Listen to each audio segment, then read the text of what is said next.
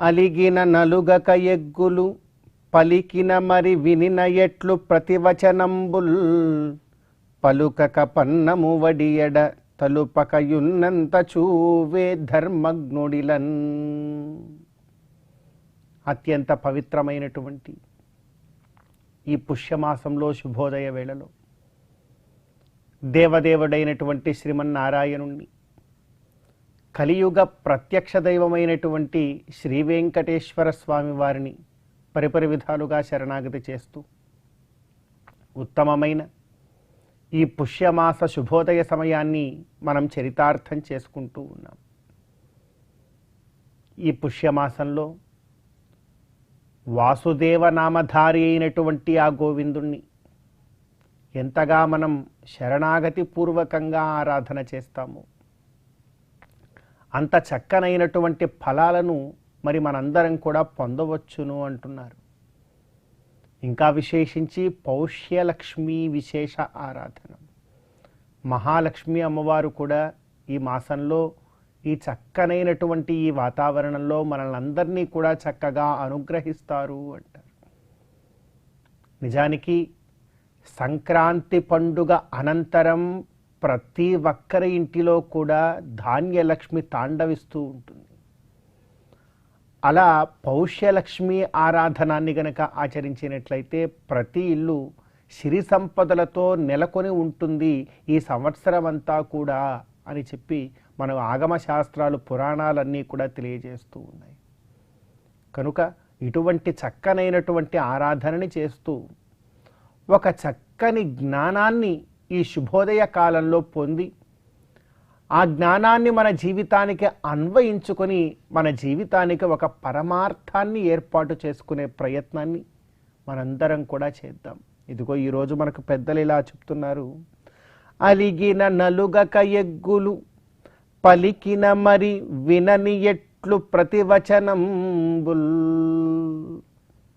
మనందరం కూడా చాలా ప్రశాంతమైన, ధర్మమయమైన, ఆనందమయమైన జీవితాన్ని గడపాలి అని అనుకుంటాం. కానీ మనకున్నటువంటి ప్రశాంతత ఎవరో ఒకరి వల్ల కోల్పోతాం. ఎందుకలా కోల్పోతాము అనంటే చూడండి, ఎవరో ఏదో మాట్లాడినారని, ఎవరో ఏదో నీకు ఇవ్వవలసినటువంటి దాన్ని ఇవ్వలేదని, లేదా ఎవరో నిన్ను గౌరవించలేదని, ఎవరో నిన్ను మర్యాదగా చూడలేదని, ఎవరో ఏదో చెయ్యకపోతే నీవెందుకు చింతిస్తూ ఉంటావు? ఈ కాలంలో 99% మంది జనాలు చాలా వరకు అందరూ చేస్తున్నటువంటి చాలా గొప్ప తప్పిదమ జీవితంలో అది. నన్నెవరో గుర్తించలేదు, నాతో ఎవరో మాట్లాడలేదు, నాతో వారెవరో సరిగా లేరు, వారెవరో ఏదో అన్నారు, వారెవరో అట్లా చేశారు, ఇట్లా చేశారు, అవమానించారు. వీటితో మనకు సహజ సిద్ధంగా భగవంతుడిచ్చినటువంటి ఆనందాన్ని కూడా కోల్పోతూ ఉంటాం. ఇది సబబేనా? భగవంతుడు నీకొక జీవితం ఇచ్చాడు.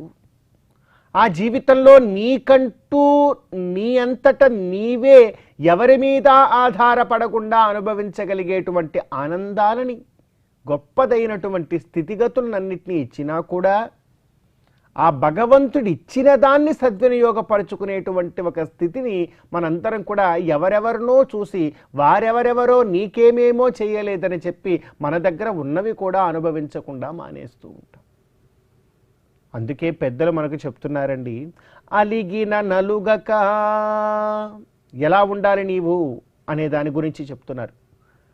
వారెవరో నీ మీద అలిగినా కూడా నీవు అలగవద్దు. నీవెందుకు అలగడం? వారెవరో నీ మీద అలిగారని నువ్వు కూడా అలిగి కూర్చుంటే నీకు వచ్చేటువంటి ఆనందం పోతుందంతే కదా. కాబట్టి అలిగిన నలుగక ఎగ్గులు పలికిన మరి వినని ఎట్లు. వాళ్ళు అలిగారని చెప్పి నువ్వు అలగబాకు. వారెవరో ఎగ్గులు పలికారు అని చెప్తే నీవు కూడా తిరిగి ఎగ్గులు పలకకు. ఎగ్గులు పలకడము అనంటే ఎద్దేవా మాట్లాడడము అని అర్థం. అంటే ఎక్కిరించినట్లుగా మాట్లాడడం, మన మనస్సు బాధపడేలాగా మాట్లాడడం. ఒకవేళ ఎవరైనా అలా మాట్లాడితే నువ్వు తిరిగి మాట్లాడుకో. అలిగిన నలుగక ఎగ్గులు పలికిన మరి వినని ఎట్లు, అవి మాత్రం విననట్లే ఉండిపోచాలు. అంతేకాకుండా మరి వినని ఎట్లు ప్రతివచనంబుల్ పలుకక, వాళ్ళకి మళ్ళీ తిరిగి సమాధానం చెప్పకు. తిరిగి నువ్వు సమాధానం చెప్పాలనుకుంటే కదా నువ్వు దాని గురించి ఆలోచించాలి. అసలు వినకు, సమాధానం చెప్పకు, ప్రశాంతంగా ఉండవయ్యా. భగవంతుడు నీకంటూ ఒక ప్రశాంతతని, ఒక ఆనందాన్ని ఇచ్చాడు కదా, దాన్ని పాడు చేసుకోకు. కనుక అలిగిన నలుగక ఎగ్గులు పలికిన మరి వినని ఎట్లు ప్రతివచనంబుల్ పలుకక పన్నము వడి ఎడ తలుపక. బన్నము అంటే అవమానము అని అర్థం. వారేదో అన్నారని నువ్వేదో తిరిగి మాట్లాడి మరలా తిరిగి వారేదో అన్నారని నీవు మళ్ళీ అవమానం అనుకొని, ఇలా నిద్ర మానుకొని, ఆహారాలు మానుకొని భగవంతుడిచ్చిన దాన్ని కూడా అనుభవించడం మరిచిపోయి ఎందుకు? కనుక ఇవంత దూరం తెచ్చుకోకు. అవమానంగా నీవెప్పుడూ కూడా వాటిని స్వీకరించకు.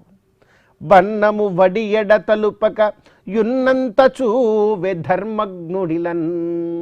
నిజానికి ధర్మజ్ఞుడు, ధర్మాన్ని ఆచరించేవాడు అంటే వీడే. ఎవరు ఎలా ఉన్నప్పటికీ కూడా వాటిని ఎంతవరకు స్వీకరించాలో అంతవరకు మాత్రమే స్వీకరించి భగవంతుడిచ్చినటువంటి స్వేచ్ఛని, ఆనందాన్ని, చక్కనైనటువంటి జీవితాన్ని పాడు చేసుకోకుండా ఎవడైతే ప్రశాంతంగా బ్రతుకుతాడో వాడే నిజమైనటువంటి ధర్మజ్ఞుడు అని పెద్దలు చెప్తూ ఉన్నారు.